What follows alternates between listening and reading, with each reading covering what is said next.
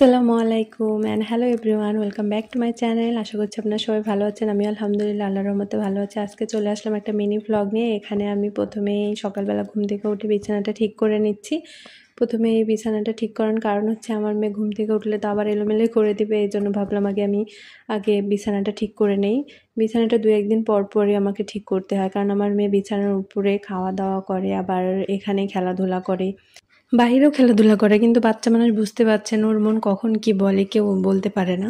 তো এখানে আমি কার্পেটটা উঠিয়ে নিচ্ছি, উঠিয়ে এখন ভালোভাবে ঝেড়ে নিচ্ছি, কারণ অনেক ময়লাবালি হয়েছিল।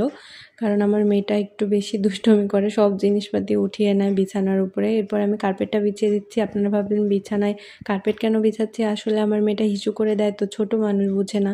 এখন হচ্ছে যদি ও হিসু করতেই থাকে তাহলে তো আমার তোষকটা নষ্ট হয়ে যাবে পচে, এই জন্য আমি প্রথমে কার্পেটটা বিছিয়ে নিই, এরপরে এই বেডশিটটা বিছিয়ে নিচ্ছি। আর আমরা এই ঘরে তেমন একটা থাকিও না, আমরা আব্বুদের ঘরেই বেশি থাকি ওখানে। আচ্ছা, তো এখানে আমার বিছানা গোছানো হয়ে গেছে। এরপরে আমি চলে আসব বিকালে। বিকালে খাওয়া দাওয়া করে দুপুরে খাওয়া দাওয়া করে আমরা সবাই ঘুমিয়ে পড়ছিলাম। তারপর আমি এই সময়টাই পাই যে আমি নিশ্চিন্তে কাজকাম করব, কারণ আমার মেয়ে বিকালে ঘুমিয়ে থাকে।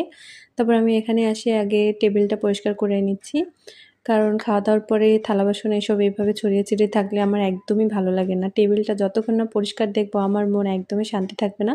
এজন্য আমি আগেই টেবিলটা আগে গুছিয়ে নিই, তারপরে আমি অন্যান্য কাজ করে নিই।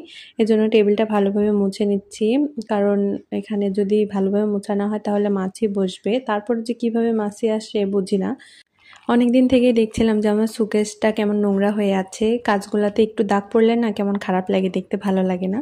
কারণ এটা ডাইনিং টেবিলের সামনেই তো, মানুষজন আসলে একদম চোখের সামনে এরকম নোংরা যদি থাকে দেখতে একদমই ভালো লাগে না। এই জন্য ভাবলাম আজকে কারণ এই কাজগুলো পরিষ্কার করে নেই, সুকেসটা ভালোভাবে পরিষ্কার করে নিচ্ছি। এরপরে আমি একটু দেখছিলাম যে লাইটগুলো ভালো মতো কাজ করছে কিনা।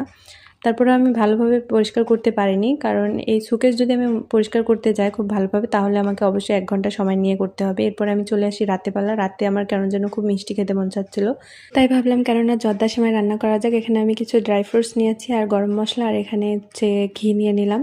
এখন ঘি অথবা তেল দুটা দিয়ে বানাতে পারবেন, তো আমি তেল ঘি দুটাই নিয়ে নিলাম। ঘিটা নিয়ে নিলাম কারণ ঘি দিলে ঘ্রাণটা অনেক ভালো আসে। তারপর একে একে গরম মশলা দিয়ে দিব, দারচিনি আর এলাচ আর হচ্ছে তেজপাতা। এগুলো একটু ভেজে নিয়ে, বেশি ভাজবেন না, বেশি ভাজলে আবার পুড়ে যাবে, তখন আবার ভালো লাগবে না খেতে। তখন হচ্ছে তারপরে দিয়ে দিতে হবে সেমাইটা আপনারা আপনাদের প্রয়োজন অনুযায়ী দিয়ে দিবেন। দেওয়ার পরে এটাকে ডার্ক ব্রাউন কালার হয়ে আসা পর্যন্ত নিয়ে নিতে হবে। এই যে আমি যেরকম করে ভেজে নিয়েছি, বেশি ভাজতে হবে না, কারণ বেশি ভাজতে গেলে আবার পুড়ে যেতে পারে। তারপরে বেশি করে পানি দিতে যাবেন না,